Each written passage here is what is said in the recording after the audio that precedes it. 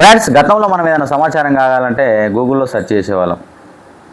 ఇప్పుడు మనం వాయిస్ ఇస్తే సరిపోతుంది.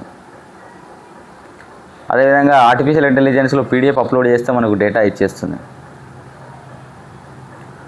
మన యొక్క పనులన్నిటి చాలా సులభతరం అయిపోయినాయి. ఆర్టిఫిషియల్ ఇంటెలిజెన్స్ అనేది సాఫ్ట్వేర్ రంగాలలో చాలా ఉద్యోగాలలో చాలా పెను మార్పులు తీసుకొచ్చింది. ఇప్పుడున్నటువంటి ఆర్టిఫిషియల్ ఇంటెలిజెన్స్ అనేది మనకు విద్యార్థులకు కూడా ఎంతగానో ఉపయోగపడబోతుంది. కానీ మనం దాన్ని కరెక్ట్ వేలో ఎట్లా యూజ్ చేసుకోవాలి అనేది ఈ వీడియోలో మనం డిస్కస్ చేద్దాం. ఆర్టిఫిషియల్ ఇంటెలిజెన్స్ కనుక మనం యూజ్ చేసినట్టయితే మన యొక్క చాలా టైం అయితే సేవ్ అవుతుంది ఫస్ట్.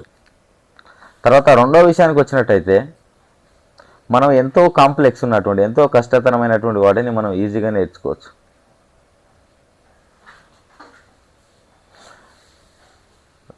దాని తర్వాత ఇంకోటి ఏంటంటే మన చాలా ఎనర్జీ అనేది సేవ్ అవుతుంది. ఉదాహరణకు ఒక మంత్లీ కరెంట్ అఫైర్స్ ఉందనుకో, అది చదవాలంటే మనకు చాలా సమయం పడుతుంది. కానీ అట్లాంటి వాటిని కూడా మనకు తీసుకురావడం అయితే జరుగుతుంది. దాని తర్వాత ఇంకోటి ఏంటంటే విషయాలను మనం కొత్తగా నేర్చుకోవచ్చు. అంటే న్యూ వే ఆఫ్ లెర్నింగ్ అని చెప్పొచ్చు. ఇది కూడా మనకు ఆర్టిఫిషియల్ ఇంటెలిజెన్స్ తోటి సాధ్యం.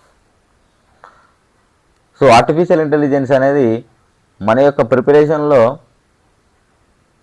ఇప్పుడు ఉన్నటువంటి టైంలో అట్లీస్ట్ మనం ఒక 30-40% అయితే దాన్ని ఖచ్చితంగా మనం యూజ్ చేయాల్సినటువంటి అవసరం అయితే ఉన్నది.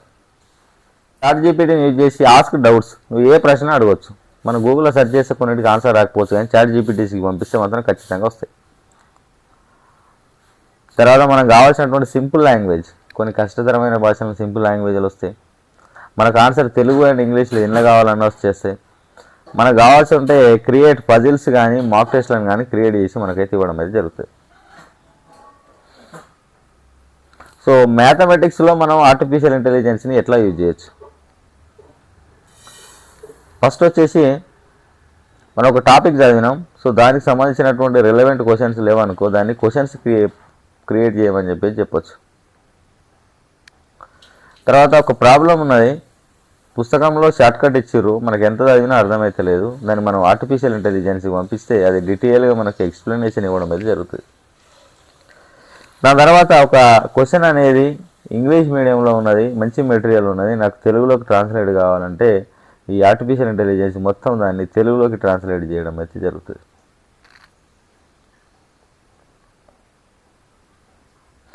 ఇంకా మనం యూట్యూబ్లలో వీడియో చూస్తూ ఉంటాం. కొంతమంది మంచి సబ్జెక్ట్ చాలా బాగా చెప్తారు. సో దాన్ని ఏం చేయాలి, నోట్స్ రాసుకోవాలనుకుంటాం. కానీ ఆ యూట్యూబ్ చూసుకొని నోట్స్ రాసుకుంటే మనకు చాలా టైం వేస్ట్ అవుతుంది. దాన్ని కూడా నోట్స్ రాసి కూడా మనకు ఏ ఇవ్వడం అయితే జరుగుతుంది.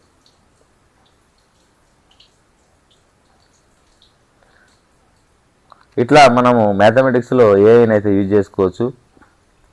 ఇంకోటి మనం దానికి షార్ట్కట్ అడిగినా మనకి చెప్తుంది, దీంట్లో షార్ట్కట్ ఏంటిది అని చెప్పినా అడిగినా చెప్తుంది. లేకపోతే దీని మీద హై లెవెల్ క్వశ్చన్స్ ఏంటి, హై లెవెల్ క్వశ్చన్స్ అంటే యూపీఎస్సీ తరహా క్వశ్చన్స్ ఏమి వచ్చినాయి అట్లా అడిగినా చెప్తుంది. దాని తర్వాత రీజనింగ్ విషయానికి వస్తే, రీజనింగ్లో మనకు పజిల్స్ అనేవి చాలా హార్డ్ ఉంటాయి. సో పజిల్స్ను మనకు కావాల్సిన ఆన్సర్ ఇచ్చేస్తుంది. తర్వాత షార్ట్కట్స్ నేర్పించడం అది జరుగుతుంది. తర్వాత ఇంకా మనకి ఏమైనా ఐడియాస్ రాకపోతే, దీన్ని ఇట్లా స్పీడ్ ఎట్లా చేయొచ్చు మన ఐడియా రాకపోతే అది కూడా ఐడియా ఇవ్వడమే జరుగుతుంది.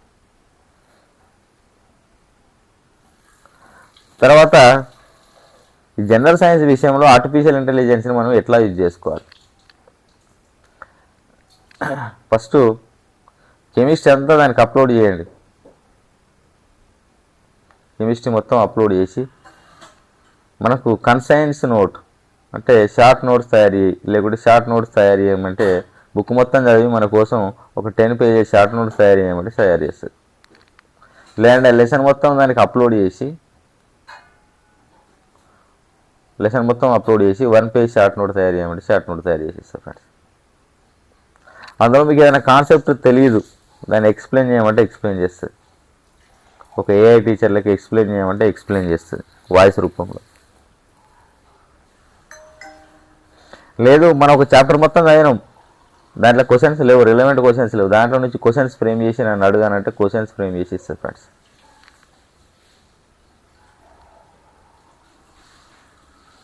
ఫిజిక్స్ అయినా, కెమిస్ట్రీ అయినా, బయాలజీలో అయినా ఈ విధంగా మనం ఆర్టిఫిషియల్ ఇంటెలిజెన్స్ని యూజ్ చేసుకోవచ్చు.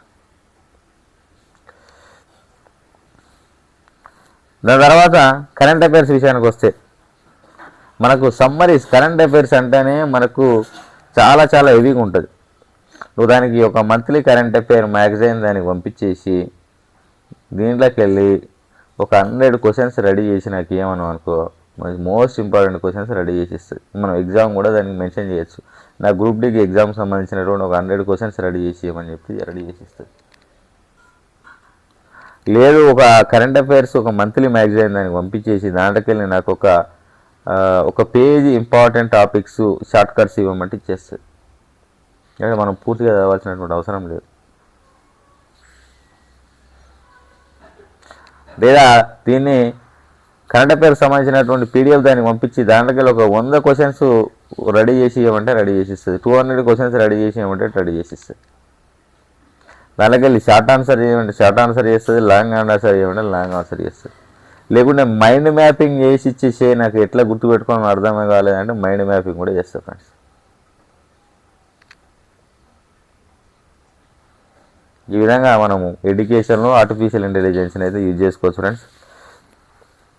అదొకటే కాదు, నాకు టైం టేబుల్ రాసేయమంటే టైం టేబుల్ రాస్తుంది, మంత్లీ స్ట్రాటజీ రాయమంటే రాస్తుంది, మార్క్ టెస్ట్లు ఇవ్వమంటే ఇస్తుంది.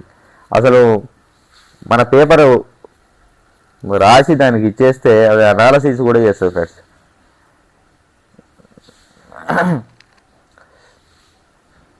ఇప్పుడు 2025-26లో గ్రూప్ డి ఎగ్జామ్స్ జరిగినాయి. ఆ పేపర్స్ అన్నీ మన దగ్గర ఉన్నాయి. అసలు ఏ సెక్షన్ నుంచి ఎన్ని మార్కులు వచ్చినాయి అని మనం కనుక ఒక మానవ మాత్రలు మనం కూర్చొని కష్టపడి చేస్తే మనకు చాలా టైం పడుతుంది. అదే కనుక పేపర్ అప్లోడ్ చేసి ఏ సెక్షన్ ఎన్ని వచ్చినాయని దాన్ని ఇట్లా ఒక ప్రశ్న అడిగినాం అనుకో, వితిన్ 2 minutesలో మనకు మొత్తం సెక్షన్ దాంట్లో టాపిక్స్ వైజ్ ఇవ్వడం అనేది జరుగుతుంది ఫ్రెండ్స్. అందుకనే ఆర్టిఫిషియల్ ఇంటెలిజెన్స్ని యూజ్ చేసుకోరి. సో మీ ప్రిపరేషన్కి ఎంతగానో ఉపయోగపడుతుంది. అసలు ఈ ఆర్టిఫిషియల్ ఇంటెలిజెన్స్లో సబ్స్క్రిప్షన్ తీసుకోవాలి. ఏది తీసుకుంటే బాగుంటుంది? ఒకటి గూగుల్ జెమినీ తీసుకోరి,